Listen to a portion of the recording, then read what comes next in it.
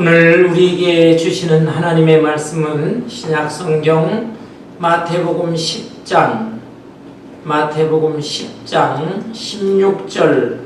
16절에서 23절까지의 말씀입니다.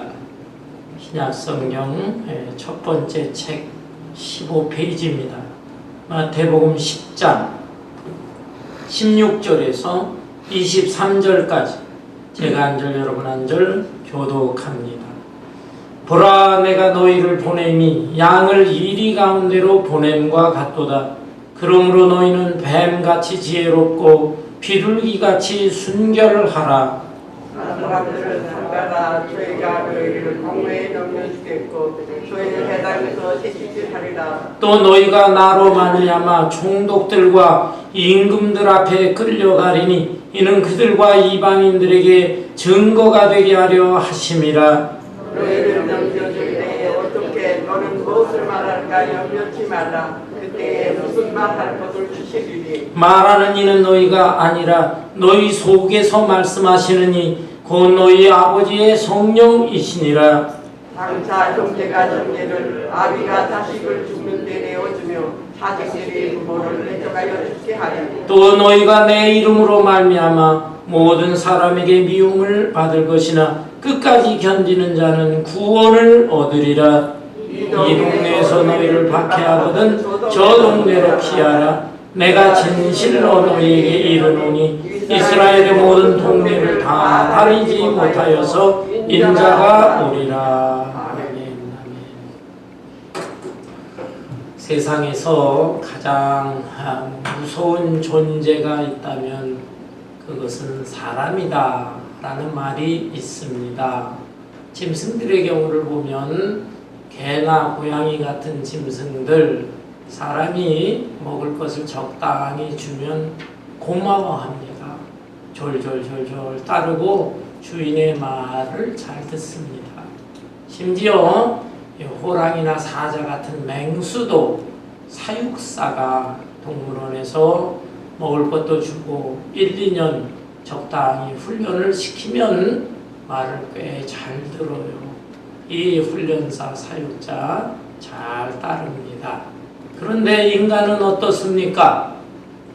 인간들 중에는 20년, 30년을 양육을 했지만 부모들에게 대드는 자식들도 있고 또 자기를 지식적으로 가르쳐준 그런 선생님들에게 반항하고 심지어 그 스승에게 폭력을 가하는 이런 사람들도 있는 것입니다. 여러분, 심지어 요즘에는 한국이나 미국의 뉴스를 보세요. 얼마나 끔찍한 일들이 발생하고 있습니까? 묻지마 살인사건. 자기하고 직접 관계도 되어 있질 않아요. 그런데 자기 기분이 나쁘다고 지금 화나는 일이 있다고 한국에서도 사람들 많이 모이는 곳에 그냥 칼부림을 해가지고 지금 여러 건 발생을 해 사람들이 막 죽었어요.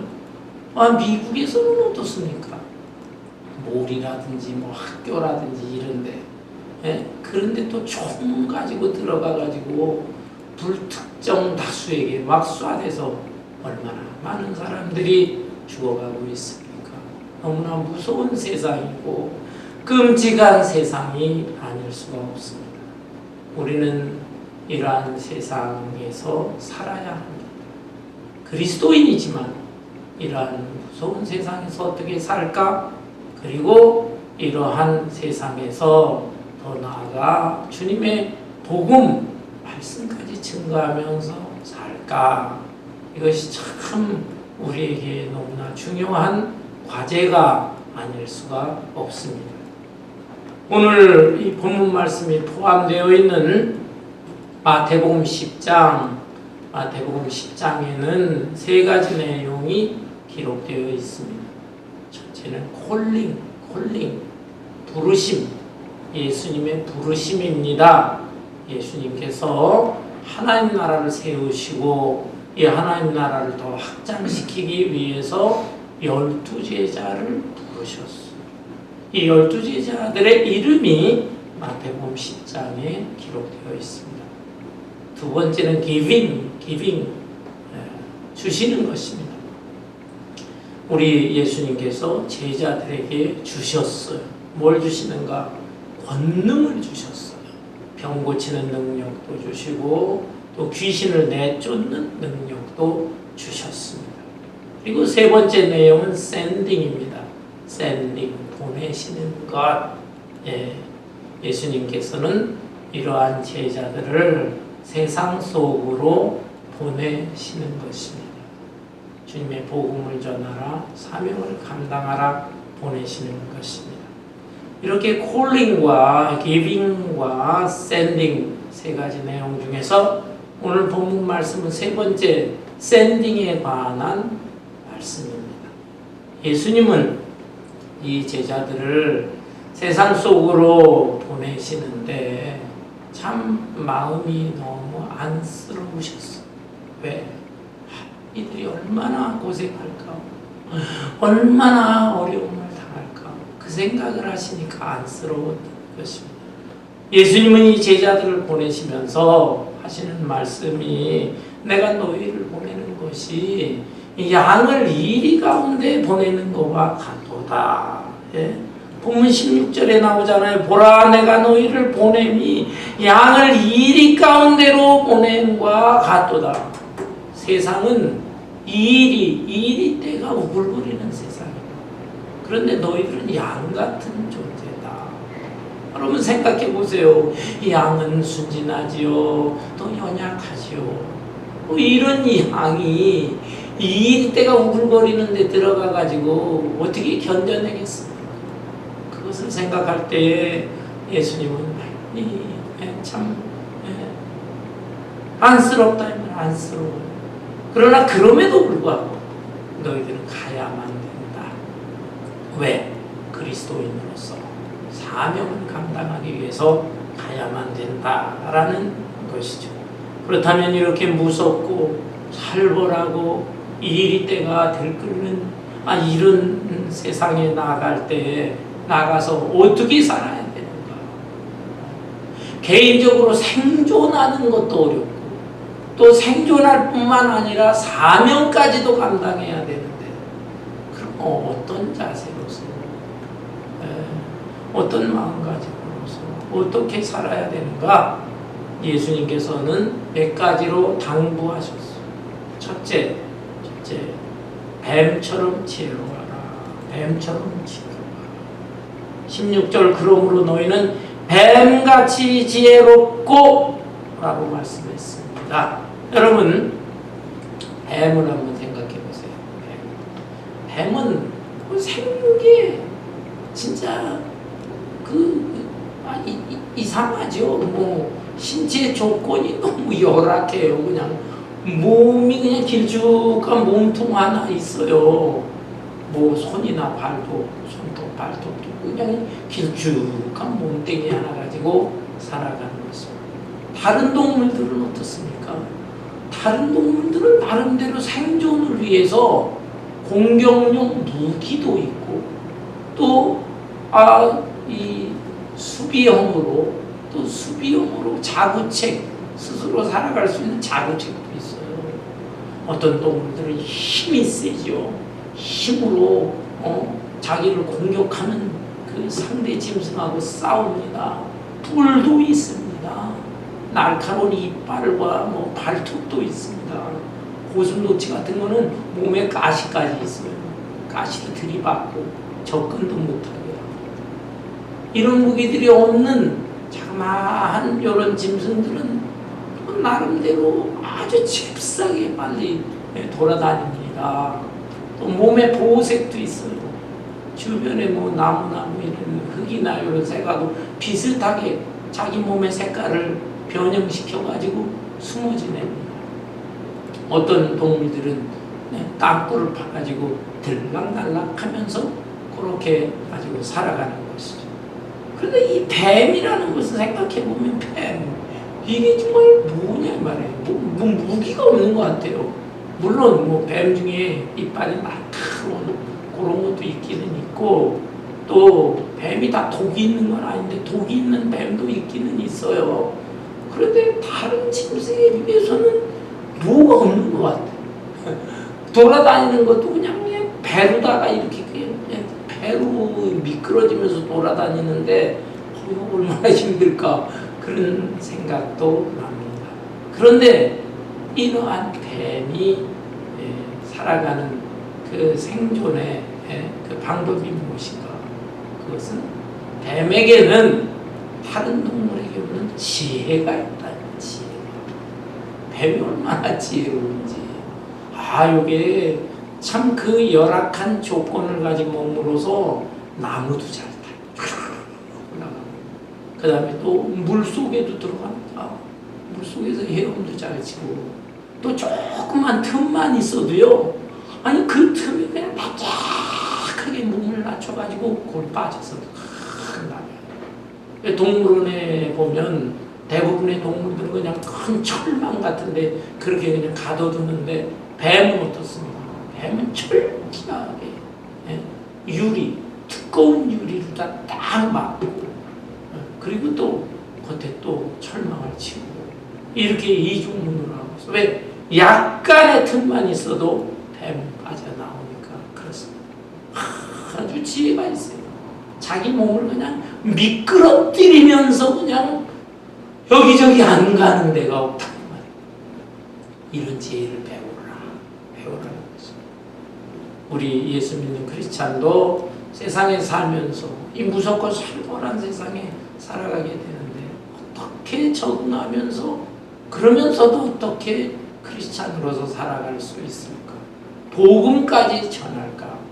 지혜롭게 살아야 되는 것이고 또 아주 요리조리 미끄러지는 듯한 그런 모습으로 일반 사람들에게 들어가서 복음도 전하고 그래야 되는 것입니다.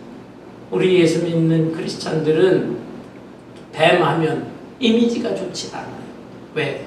뱀은 마귀의 상징이고 태초에 에덴 동산에서 이 뱀이 하와를 유혹을 했잖아요. 그래서 뱀 하면은 징그럽고 기분 나쁘고 사실입니다. 뱀은 아주 간결하고 교활한 역할을 했어요. 하와에게 선악과 먹으면은 하나님하고 동등해진다. 아주 거짓말로 교활하게 했어요. 그런데 여러분 이러한 뱀에게 하와가 설득당했다는 것을 알아야 합니다. 뱀이 얼마나 지혜로 그렇게 유혹을 했으면 설득당하냐. 따라서 우리는 뱀으로부터 거짓되고 교활하고 간교하니 나쁜 것, 악한 것 이것은 본받으면 안 돼요. 그렇지만 뱀이 그냥 이 지혜로 자기 몸을 납작하게 만들고 미끄러지듯 여기저기 안 가는 데 없이 다니면서 그러면서도 또 그렇게 사람을 설득을 한 것처럼 우리는 나쁜 목적이 아니라 선한 목적을 위해서 이렇게 살고 이렇게 복음을 전할 수 있어야 된다라는 것입니다. 이런 면에서 뱀처럼 지혜로워라. 그리고 예수님은 두 번째 당부의 말씀이 무엇입니까? 비둘기처럼 순결하라. 그러므로 너희는 뱀같이 지혜롭고 비둘기같이 순결하라 그랬습니다. 비둘기는 평화와 순결의 상징적인 동물이죠. 창세기 8장에 보면 노아의 홍수가 끝날 무렵에 노아가 방주에서 까마귀 한 마리를 꺼내서 방주 밖으로 날려보냈습니다. 왜냐하면 그 까마귀를 통해서 물이 얼마쯤 빠졌는가 그걸 확인하기 위해서 까마귀를 보냈어요. 그런데 이 까마귀가 막 공중에 막 돌아다니다가 돌아오지를 않았습니다. 왜 안 돌아왔을까? 물이 빠진 건 아닌데 물이 그냥 많이 불어나 있는 상태에서 아마 사체들이 둥둥 떠다녔겠죠. 그렇죠? 사람의 사체, 짐승의 사체들 그 둥둥 떠다니는 거 그거를 먹기 위해서 까마귀는 날아가서 돌아오질 않았습니다. 노아는 얼마 후에 다시 비둘기를 보냈어요. 비둘기도 몇 번 보냈습니다만 어쨌든 비둘기를 탁 보냈을 때 비둘기가 감람나무 이파리를 물고 돌아왔습니다. 그때 노아가 이제 됐다, 희망을 품게 된 것입니다. 왜? 벌써 감람나무 잎사귀를 물고 왔다는 것은 이 감람나무가 아주 큰 나무는 아니에요. 그러니까 물이 어느 정도 빠졌구나 라는 희망을 갖게 되었다. 비둘기는 이렇게 희망을 가져다 주는 새. 그러면서 이 노아의 마음에 이제 안심이 되는구나, 평화를 주고 평안한 마음, 또 이제 나가게 되었구나, 기쁜 마음. 이래서 이 비둘기라는 것은 희망, 평화, 기쁨, 그러면서도 또 순결을 상징하는 동물인 것입니다. 왜냐하면 하나님께서 구약시대에 제사제도를 만드셨잖아요. 그런데 이 제사를 드릴 때 땅에 있는 짐승 중에는 소나 양이나 염소나, 소는 좀 여유가 있는 사람들이 주로 드렸어요. 경제적인 여유가 있는 사람은 소나 송아지, 그 다음에 중산층에 있는 사람들은 보통 양을 드립니다. 양을. 그리고 소나 양이 마땅치 않을 때는 대체제로 염소를 드리는 경우도 있었어요. 그런데 우리 하나님께서는 비둘기도 바칠 수 있다. 가난한 사람들에게는 비둘기를 바치는 것을 허락을 했어요. 그런데 새 중에서는 유일하게 제물로 바칠 수 있는 새가 바로 비둘기라는 것입니다. 비둘기는 순결, 정결을 상징하는 새입니다. 실제적으로는 어떤지 모르겠어요. 비둘기가 막 돌아다니고 이 밭 같은데 비둘기 똥 싸놓고 저 비둘기가 왜 순결하다고 그랬을까? 저는 개인적으로 지저분한 새인데 그러기도 하지만 어쨌든 구약시대에 이 비둘기는 순결을 상징하는 새다. 그래서 너희는 비둘기처럼 순결하라. 여러분, 우리가 너무 뱀처럼 지혜롭게 살아야지 하다 보면 잘못하면요, 우리가 인간적인 꾀를 생각하면서 꾀쟁이로 살 수가 있어요. 그러니까 이 세상 사람들과 어울리면서 이 불의하고 잘못된 것, 그것을 갖다가 다 이용하면서 그렇게 살 수가 있어요. 따라서 우리가 지혜롭게 살면서도 동시에 우리는 비둘기처럼 이 순결을 잃지 말아야 된다라는 것입니다. 지혜로우면서도 순결하라. 어려운 말씀이에요. 너무 지혜롭다 보면 순수해지지를 못할 수가 있어요. 근데 또 너무 그냥 순수하게 살아라. 어린애처럼 그냥 순결하게 살아. 너무 그러다 보면은 또 이 세상에 적응하지를 못하고 어리석게 살 수도 있습니다. 이 두 가지를 잘 병행해야 돼요. 자전거의 앞바퀴와 뒷바퀴가 잘 중심을 잡을 때에 이 자전거가 달릴 수가 있듯이 우리는 항상 내가 지혜롭게 살아야지. 그러면서도 내가 얼마나 순결한가. 순결하면서 살아야지. 이 두 가지를 병행하면서 살아야 되는 것입니다. 세 번째로 이 살벌하고 무서운 세상에서 어떤 자세로 살아야 되는가? 예수님은 세 번째로 사람들을 삼가라 말씀하셨어요. 17절에 보니까 사람들을 삼가라. 그들이 너희를 공회에 넘겨주겠고 그들의 회당에서 채찍질하리라. 또 너희가 다 나로 말미암아 종독들과 임금들 앞에 끌려가리니 이는 그들과 이방인들에게 증거가 되게 하려 하심이라. 사람들을 삼가라라고 하는 것은 사람들을 너무 무서워하면서 그냥 도망치고 어디 떠나서 산속에 은둔해서 살아라, 그런 말씀은 아니에요. 사람들과 어울리면서 살 수밖에 없잖아요, 우리는. 그런데 사람들을 조심하라라는 것입니다. 사람들을 조심하라. 우리 크리스찬들이 이 세상 속에서 살아가면서 그 사람들과 함께 어울려 살지 못할, 살 수밖에 없는 존재들이잖아요. 그런데 우리가 조심해야 됩니다. 왜냐하면 그들과 어울려 살다 보면 그들의 영향을 받게 돼 있어요. 자칫하면 우리 자신들이 동화될 수가 있는 것입니다. 직장 생활하는 분들 중에 종종 저한테 그런 말씀을 하세요. 목사님, 저는 직장 생활하는데 술 안 마실 수가 없습니다. 아니, 그냥 하루 퇴근하고서 회식한다고 그러는데 회식 자리에 가면은 당연히 거기 술이 있는데 술 마시지 않을 수가 없습니다. 참 괴롭습니다. 그런 말을 해요. 그러면서 이해해 주세요.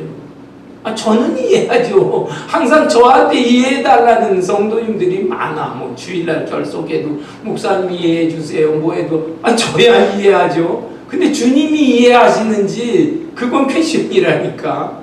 예. 근데 그래서 그렇게 그런 걸 좀 양해해 달라. 술 마실 수밖에 없다. 저도 이해하죠. 얼마나 사회생활하는 게 힘들겠어요. 자칫하면 왕따 당하고 그러는데. 근데 어떤 분들은 더 뻔뻔하게 그렇게 말해요. 목사님, 제가 술도 좀 적당히 마시고 그래야 그 사람들하고 어울리다 보면 내가 또 그 사람들 전도도 하고 그럴 거 아닙니까? 고지식하게 난 술자리 못 가. 딱 끊는다든지. 그렇게 하게 되면 그 사람들을 어떻게 전도하겠습니까? 전도하기 위해서 저는 그들과 어울립니다. 이러는 분들이 있어요. 말이 되는 것 같아요. 그러나 실제로 그런 분들, 전도해 오는 분들 거의 못 봤어요. 그런다고 전도되는 거 아니에요. 어떤 사람은 노름하는 데 가서 슬롯 머신 그런 데 가서 글쎄요, 한두 번, 몇 번 재미삼아 할 수 있지요. 저는 개인적으로 그런 거 이해 못하는 목사 아닙니다. 할 수 있죠. 그런데 자꾸 가고, 그런데 사람들하고 어울리고 하다 보면 자기도 모르는 사이에 동화될 수가 있습니다. 제가 신학교 다닐 때 어떤 신학생이 뜨거워요. 열정이 뜨거워요. 설교 시간이라 참 이런 말씀하기가 부담스럽습니다만 이해해 주시기 바랍니다. 굉장히 열정. 저 사람은 큰 전도자 부흥사가 되고, 근데 자기는 한 번은 장려촌에 가서 전도하겠다. 저 불쌍한 여자들, 저 애들한테까지 가서 복음 전해야지. 그 사람들은 완전히 도외시하면 안 된다. 장려촌에도 갔어. 3년 전에 갔는데 전도했는 줄 아세요? 그만 실수해가지고 죄를 범하고 그렇게 됐어요. 그거 쉬운 거 아닙니다, 여러분. 사람들을 삼가하라라는 것이고 동화되기가 굉장히 쉬운 것입니다. 뿐만 아니라 자기 자신을 잘 정체성을 지키면서, 크리스찬이라는 정체성을 지키면서 조심하면서 사람들을 상대하는데, 그렇게 하다 보면은 사람들이 어떻게 생각합니까? 미워해요. 아까도 말씀드렸지만 자칫하면 이 사회에서 도태당하고 왕따당할 수가 있어요. 왜 그렇습니까? 사람들은 왜 미워합니까? 무슨 그 사람들의 가치관 인생관하고 진정한 크리스찬의 가치관 인생관하고는 다르기 때문에 그래요. 세상 사람들은 이 세상에 왜 사느냐 물어보면 잘 먹고 잘 살고 이 땅에서 출세도 하고 성공도 하고 재밌게 살아야지, 여기에 목적을 두고 있습니다. 그래서 그냥 열심히 나름대로 노력도 하고 돈도 벌고 애를 써요. 그 자체가 잘못된 거라고 볼 수는 없겠죠. 그런데 목적이 뭐냐면 자기밖에 없어. 내가 편안하게 살고 즐겁게 살고 행복하게 살고 기껏해야 내 자식들한테 재산 물려줘가지고 자식도 또 고생 좀 덜하게 살고, 그냥 거기에만 몰입이 되어 있다 이 말이에요. 그게 세상 사람들의 가치관이요, 인생관이에요. 그런데 우리 예수 믿는 사람들의 가치관, 인생관은 무엇입니까? 하나님의 영광을 위해서. 나의 영광이 아니라 하나님의 영광을 위해서 산다. 창조주요, 생명의 주인이셔 내 인생의 주관자인 하나님을 기쁘시기 위해서 산다. 그리고 예수님 말씀이 이 성경을 전체를 요약하면, 첫째는 하나님을 사랑하라, 둘째는 내 이웃을 내 몸처럼 사랑하라고 요약할 수가 있다. 그러니까 우리는 하나님 사랑해야 되고, 그 다음에 이웃의 어려움 당한 사람, 또 복음을 모르는 사람들을 위해 살아야 되겠구나. 여기에 초점을 맞지. 우리도 열심히 공부도 하고 일도 하고 노력도 하고 출세 성공도 해야 됩니다. 그런데 그렇게 해서 얻어진 그것으로 무슨 나를 위해서, 그것이 아니라 하나님을 위해서, 하나님 나라를 위해서, 이웃이 세상 사람들에게 뭔가 도움을 주고 공헌하기 위해서 그렇게 살아가야 된다. 그런데 이러한 가치관과 이 세상 사람들의 가치관이 충돌을 하니까, 그 중에 어떤 사람들은 저 사람은 다르네, 나하고 달라, 존경하는 마음이 생겨. 참 훌륭하구나. 그러면서 존경하는 마음이 생겨서 교회로 같이 나오는 사람들도 있지만, 그렇지 않은 사람들 중에 뭐 지가 잘났다고 혼자 무슨 고귀하고 아주 고고하게 산다고 이러면서 비아냥대요. 조롱합니다. 우리는 다 까마귀 와갖고, 그래 너 혼자 백조 노릇해라, 너 백조야 백조, 빈정됩니다. 빈정돼. 참 살기가 어려워. 그러다가 사회가 더 심해지면 그런 사람들이 많아지고, 그런 사람들이 정치 지도자가 되고 하게 되면은 어떻습니까? 크리스찬들에게 핍박과 박해가 있는 것입니다. 그래서 이 본문에 예수님께서 제자들의 바로 앞에, 너희들이 이제 얼마 지나면 바로 앞에 이제 이 복음을 전하다가 사람들한테 끌려갈 것이다. 공회로도 끌려가고 회당으로도 끌려가서 매질을 당하고, 그 다음에 불신자 이 총독들이 생겨나면 너희들 그 앞에 가서 신문을 당하고 고통을 받을 것이다. 이런 말씀입니다. 여러분, 사람들을 삼가해야 됩니다. 우리를 유혹하는 사람들과도 조심해야 될 뿐만 아니라, 내가 정체성을 잘 지키느라, 물론 뱀처럼 지혜롭게 하고 비둘기처럼 순결하게 하지만, 그러나 사탄에게 사로잡힌 자들이 있어. 그 사람을 우리를 공격할 수밖에 없는데, 우리를 공격하는 사람을 만났을 때에도 조심해야 돼요. 왜? 같이 맞서 싸우고 막 하게 되면은요, 내가 핍박을 받으면서 내가 막 화를 내고 막 나까지 그냥 막 흥분을 하고 이렇게 돼. 그럼 그것도 덕이 아니다 이 말입니다. 이런 상황 속에서도 어떻든 조심해야 될 뿐만 아니라, 그 다음에 우리가 큰 핍박을 당하는 경우가 생길 수가 있어요. 그래서 끌려가게 됩니다. 그때는 어떻게 되느냐. 19절, 너희를 넘겨줄 때 어떻게 또는 무엇을 말할까 염려하지 말라. 그때 너희에게 할 말을 주시리니 말하는 이는 너희가 아니라 너희 속에서 말씀하시는 이 곧 너희 아버지의 성령이시니라. 우리는 한국이나 미국이나 종교의 자유가 있는 나라에서 생활합니다. 별다른 핍박이 없어. 교회 다니고 신앙생활하는데 어려움 당하지는 않습니다. 그렇지만 지금 같은 시대에 같은 지구촌에 살면서도요, 기독교를 아주 반대하고 핍박하는 나라들이 있어요. 중동의 이슬람 극단주의 이 지역에 사는 사람들, 이러한 나라들은 굉장히 핍박이 심합니다. 북한도 핍박이 얼마나 심합니까? 이런 경우에는 끌려가서 고통을 당할 수밖에 없지요. 그때 너는 예수 믿는 자냐, 뭐 여러 가지 질문을 하게 됩니다. 그때 나는 어떻게 대답을 해야 되는가, 그 고민하지 말라. 그 순간순간에 성령께서 지혜를 주시리. 우리의 경우는 어떻습니까? 우리의 경우는 그런 정도의 핍박은 없지만 조롱하고 빈정대는 사람들이 있다니까요. 야, 예수 믿어도 적당히 믿어. 모르게 포지직하게 매주일 성전에 나가 예배드려. 너 그렇게 한다고 하나님 보이냐? 하나님 정말 있냐? 예수 믿는다고 밥이 나오냐? 돈이 나오냐? 떡이 나오냐? 빈정대고 그렇습니다. 그런데 그러할 때에 성질이 나죠. 이건 그냥 성질도 나죠. 그러나 그럴 때도 성령과 교제해서 성령 충만하게 되면 신기하게 그 사람에게 적절한 말을 하게 됩니다.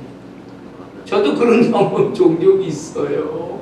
목사님, 교인들 너무 들들 볶지 마세요. 아니, 내가 언제 들들 볶고, 난 목회를 해도 그렇게 들들 볶을 만큼 그렇게 목회도 못해봤어. 뭐 이러고 저러고 그냥 빈정대는 사람들도 없지 않아 있는데요. 그럴 때 신기하게 하나님 어떻게 대해야 될까요?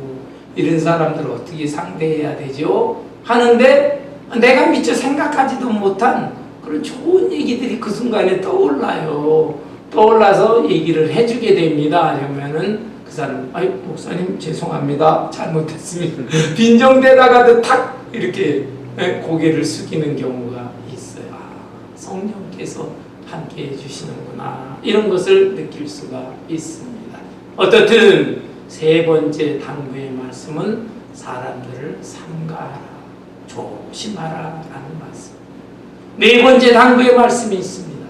그 말씀은 무엇이냐 하면 인내하라, 인내하라 라는 것입니다. 여기 본문 21절부터 보면 장차 형제가 형제를, 아버지가 자식을 죽는 데 내주며 자식들이 부모를 대적하여 죽게 하리라. 또 너희가 내 이름으로 말미암아 모든 사람에게 미움을 받을 것이나 끝까지 견디는 자는 구원을 얻으리라. 뱀처럼 치열하게 살고 비둘기처럼 순결하게 살고 그러면서 사람들을 상가하고 조심조심하면서 살지라도 이 사탄이 조종하는 사람들, 이 사람들이 공격을 완전히 피하기는 어렵습니다. 그래서 어쩔 수 없이 말세 중에서도 더 나아가는 마지막 말세 지말이라고 하죠. 말세 지말이 가까우면 가까울수록 우리 크리스찬들은 핍박을 받는 일이 빈번해지게 되는 것입니다. 심지어 그 핍박과 박해가 가족 안에서도 이루어집니다. 형제들이 막 그냥 비난을 해요. 지금 아버지 제사도 뭐 하고 있는데 너는 그냥 기독교인이라고 교회 가면 내 갔어, 이 제사에 참석을 해라, 뭐 해라. 아유, 조금 경계를 하고 다른 말로 지혜롭게 해도 그게 막 통하지를 않을 때 형제 간에 막 갈등이 생기고 미움이 생기게 되고 더 나아가서는 뭐 부모와 자식 간에 갈등이 생기고 심지어는 죽이는 데까지 내고 이런 일들이 앞으로 전개되어질 것이다. 끔찍하고 끔찍해. 점점 무서운 살벌한 세상이 될 것이다. 그러나 그럴지라도 너희는 두려워하지 마라, 염려하지 마라. 성령께서 함께 하실 것이다. 그리고 너희는 끝까지 견디라. 나중까지 끝까지 견디는 자가 구원을 얻으리라. 우리가 이미 영적으로 구원을 얻었지만 최종적인 구원은 이렇게 환난과 핍박, 여러 종류 여러 색깔의 사탄의 이루, 그걸 전부 견디고 이기면서 나아갈 때 최종적인 구원에 이르게 된다라고 하는 것입니다. 사랑하는 성도 여러분, 우리는 이렇게 살아야 되겠어요. 이 세상에서 크리스찬으로서, 참된 크리스찬으로서 살아간다는 것 쉽지 않습니다. 만만치 않아요. 만만치 않아요. 저는 어떤 면에, 저는 목사니까 어디를 가나 목사입니다. 그러면은 세상 사람들도 제껴놔요. 저 사람은 목사고 우리가 다른 사람이야. 그러니까 어제가 술 안 마시는 건 당연한 거고, 식당에 가서 기도를 해도 누가 뭐라고 안 그러고, 어떤 면에는 그게 편할 수 있어. 그런데 여러분들은 어떻습니까? 여러분들은 일반 세상 사람들과 더 어울리면서 살아야 돼. 그런 데 가서 식당에서 기도, 뭐 술도 안 마시고, 도박장도 안 가고, 그러면 얼마나 핍박과 박해가 많겠어요. 빈정되고 조롱되는 게 많겠어요. 그럼에도 불구하고 끝까지 견디라, 인내하라. 하나님께서 도와주시고 승리하게 하실 것입니다. 23절에 보니까 이 동네에서 너희를 박해하거든 저 동네로 피하라. 내가 진실로 너희에게 이르노니 이스라엘의 모든 동네를 다 다니지 못하여서 인자가 오리라. 핍박이 심한 경우가 있어요. 도저히 내가 신앙생활을 할 수 없을 정도로 핍박이 심한 경우가 있습니다. 어떤 사람은 직장생활 하는데 너무 괴롭히는 상사가 있고 어떡하면 기도하시라. 제가 함부로 옮기라 말라 말을 할 수가 없겠다. 그분 생업이니까. 근데 간절히 기도했더니 세상에 크리스찬 사장이 있는 좋은 직장으로 옮길 수가 있었어. 누구 소개를 받지. 피하게 되는 것입니다. 이 동네에는 너무 밖에 가면 다른 데로 피하라. 이거는 비겁하게 도망가는 게 아니에요. 때를 보는 것입니다. 때를.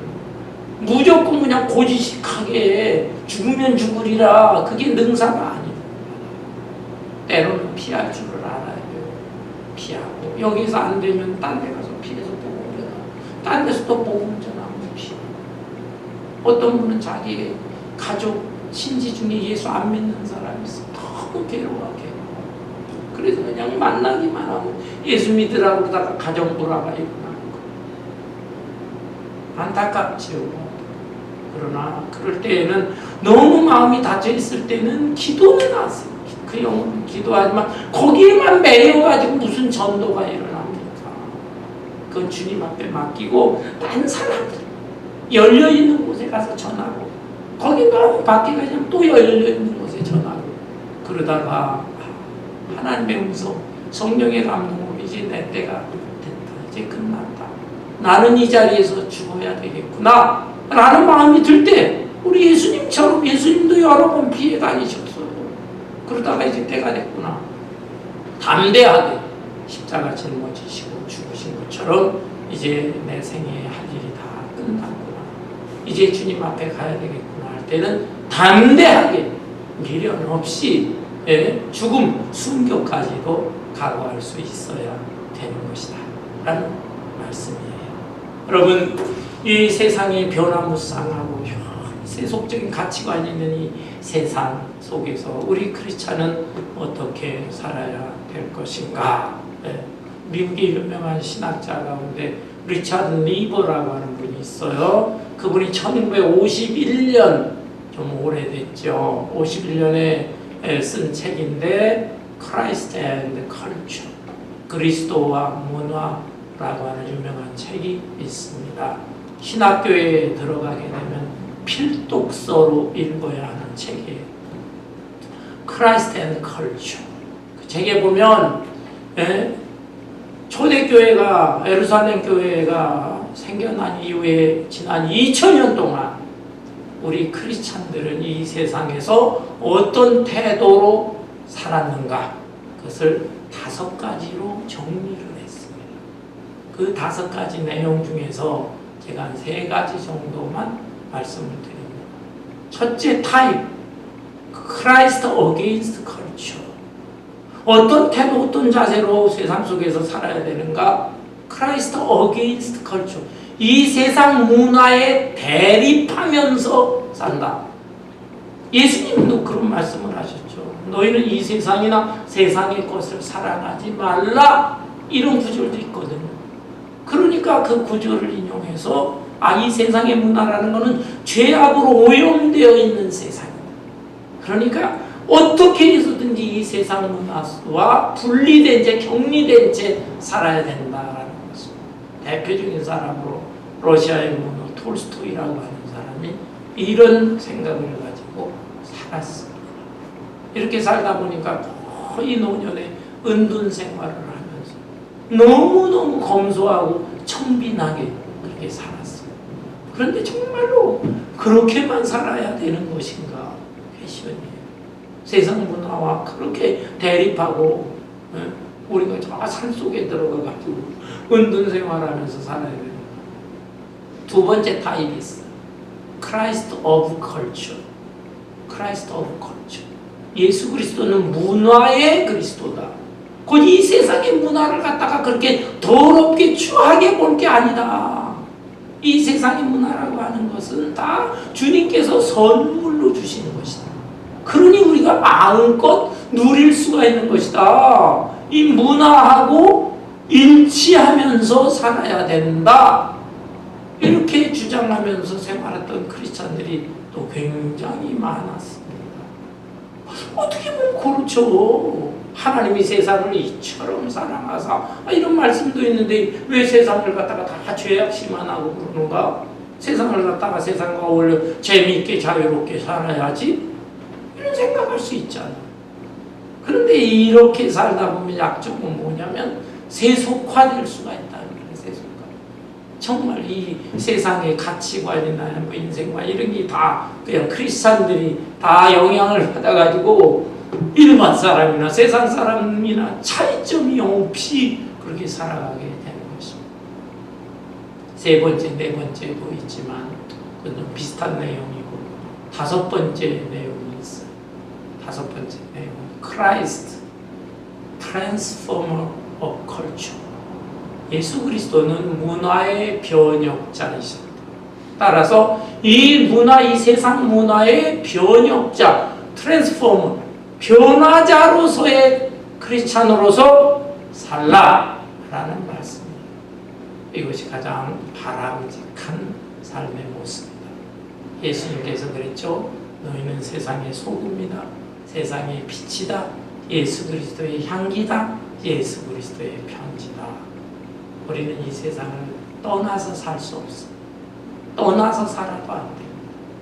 그러나 세상에 살면서도 세상과 동화돼서 살 것이 아니라 오히려 세상을 변화시키는 사람으로서의 삶을 살아야 되는 것입니다. 어떻게 이것이 과연 가능할까? 오늘 주님 말씀하신 것처럼 주여 저에게 지혜를 주시옵소서. 뱀처럼 지혜롭게. 주여 내가 때묻지 않게 하여 주옵소서. 세상에 물들지 않게 하여 주옵소서. 비둘기처럼 순결하게. 그러면서도 사람들을 조심하면서 내 정체성을 유지하면서도 잘 경계하면서 그러나 한편으로 사람들을 사랑하는 마음으로 대하라. 그리고 마지막에 언젠가 나에게 환난과 핍박 감당하기조차 어려운 그런 시련이 닥쳐오겠지만은 그러할 때도 끝까지 인내하라. 그런 사람들이 최종적인 구원을 이루게 될 것이다. 여러분 이러한 자세를 취함으로 인해서 이제 우리가 언젠가 주님 앞에 서는 날 주님 앞에 인정받고 칭찬받고 하늘의 상급까지 잘 받을 수 있는 저와 여러분 되시기를 주님의 이름으로 축원합니다.